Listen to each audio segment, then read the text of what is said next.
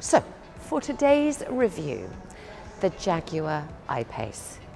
But before we get to the I-Pace, there's a few things I need to make clear.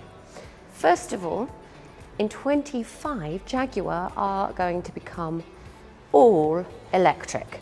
They will have 3 new models of electric vehicle, and that transition will be complete. But get this, it doesn't include the I-Pace. And yet, for 24, they've created a highly modified I-Pace. We've come to see this one in the showroom here at Hendy for highly technical reasons. 1, look how shiny it is. 2, look at the colour. And 3, it's just so sexy.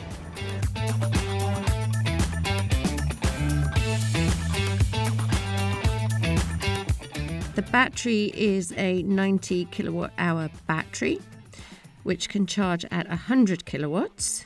In the real world, the range is about 250 miles and 0% finance on all new models here at Hendy. The most noticeable difference is this one at the front. The grille has been replaced with the solid shield here, so that makes a massive difference to appearance. And there's various changes that make it more aerodynamic, and I think it really looks good actually. You know, you've got these scooped out bits here and on the bonnet too. I really love the shape, and I think actually everything that they've done for this 24 model has improved the shape. Go around that side, I'm going to show you inside. There's also been lots of changes to the inside, some little modifications to an already luxurious interior, but some of them are to make it more environmentally friendly. So the mats, for example, are made of 100% recycled materials. The fabric microfiber part of the interior uses 50% recycled polyester, and the lovely leather seats, instead of using traditional tanning agents, are treated with an olive leaf extract. There's plenty of room in the back. It feels bigger because it's got this beautiful panoramic kind of window above, privacy glass, heated seats in the back, absolute bonus. And you've got a range of chargers too. So there's plenty of room for 3 grown-ups to sit here quite happily, and they've all got their own, well, they've all got their own speakers, but you know what I mean. And it's kind of easy to think to put this in a category, right? It's a business type of car, it's a sports person's type of car, but it is actually an SUV, a really practical family car. So kind of good to bear that in mind too, because inside the 577 litre boot, and that's with the seats up, oh, look what we've discovered. A dog paradise. This actually is the Jaguar additional pet pack, which I'm tempted to steal, because look at this. How useful is this for all dog owners? This is for pumping off wet dog feet. But actually you could use it on the kids as well, right? Anyone. Fill it with water, pump, quick pump, and you've got a power shower. How fantastic is that? Doodle would love this. Look, you can even have a really decent bike rack on the back of this car. So all to say is, yes, it's expensive, this car. However, it's multi-purpose. It doesn't just sit in one box. And I think in terms of lifestyle, that's really important to remember.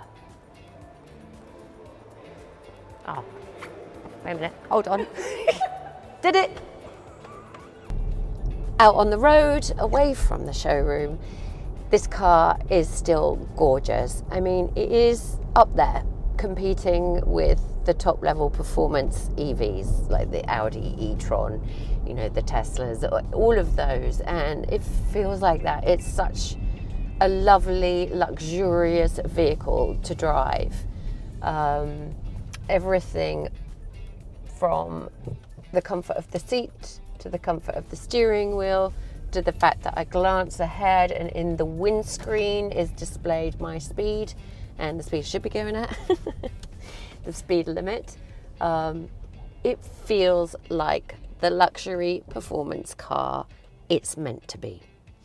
And there are lots of details, and those details are mainly the same in the 24 model. So you've still got the 10-inch Pivi Pro screen, which is touch screen and which is the same one as in the Range Rover, so super luxurious.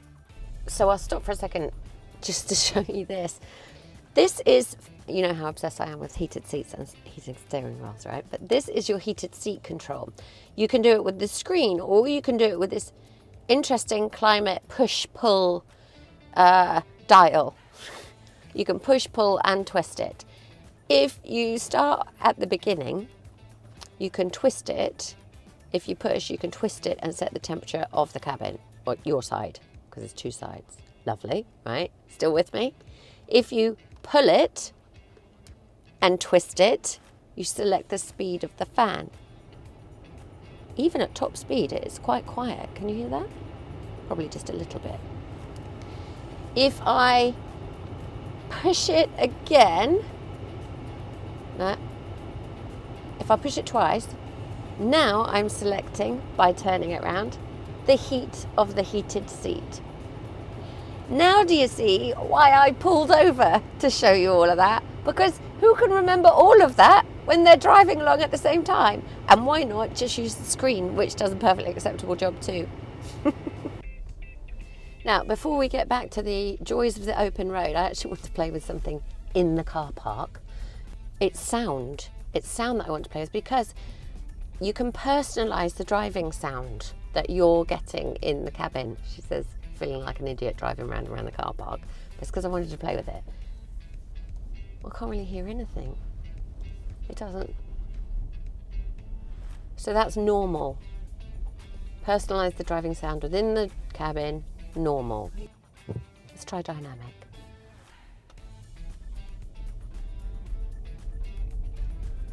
It's very quiet though. Like you can, well, I know electric, that's the point. Isn't that one of the reasons we like electric cars? Tina, out you get. Because I want you to see if you can hear it outside. I'll drive around you and see if you can hear it outside. Because I'm not really hearing it inside, even on dynamic. I'll open the window, see if I can hear it as well. Ready?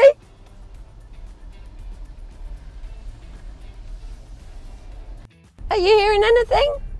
You know how you and I go, oh, we're doing car reviews? It's less car reviewing, more car playing. Actually, you wouldn't get Richard the Hamster Hammond doing this. He'd be doing it properly.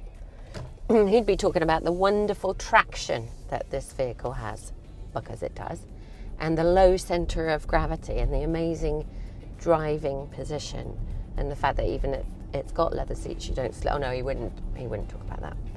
He would talk about the steering and how precise it is, like a sports car, even though really it's more like an SUV because it's massive and you can fit all your family in it and loads of their luggage and all of the other random stuff that comes with a family, like a dog, or in my case, a peregrine falcon.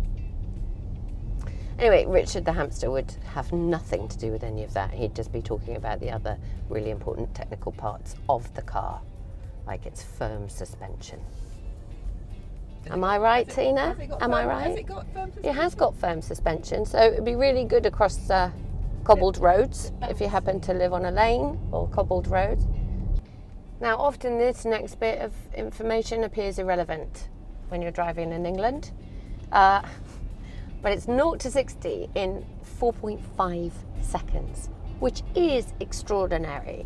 And having driven EV for a little while now, what I do appreciate is the ability to accelerate away from tricky situations. You know, if people are converging and whatever, you have got that quick speed to rely on to get you away from a tricky situation, which I do like. Anyway, 4.5 seconds is really impressive, especially when you're not driving around in a 30-mile-an-hour speed zone. But isn't this lovely, look, going over a little canal here? Yeah. And trying not to scratch this lovely lone car on the bollards. Anyway, back in 2018 when this car was launched and it won Car of the Year, it was a good year for this car, 2018, because NCAP also gave it a 5-star safety rating. So of course for 2024, you know, nothing's really changed. So I would imagine it's still getting its 5-star safety rating. And for all of this lovely luxury and for all of that, you are still paying, because the other thing that hasn't changed is the price. It's just shy of 70k starting price. And that's not even thinking about any add-ons or, you know, advanced models or any of that. But look, this is a luxury car. It's an enormous pleasure to drive. It feels like you're cocooned in luxury, frankly. And that's what you're paying for. What's interesting to me is that the Ipace is such a dreamy car, and they've worked so hard on it, and yet we could be saying goodbye to it in the next few years. But then you flip it and you think, well, if they came up with this in 2018 and they've got plans for 3 brand new models of EV, what do those look like? So actually, quite exciting.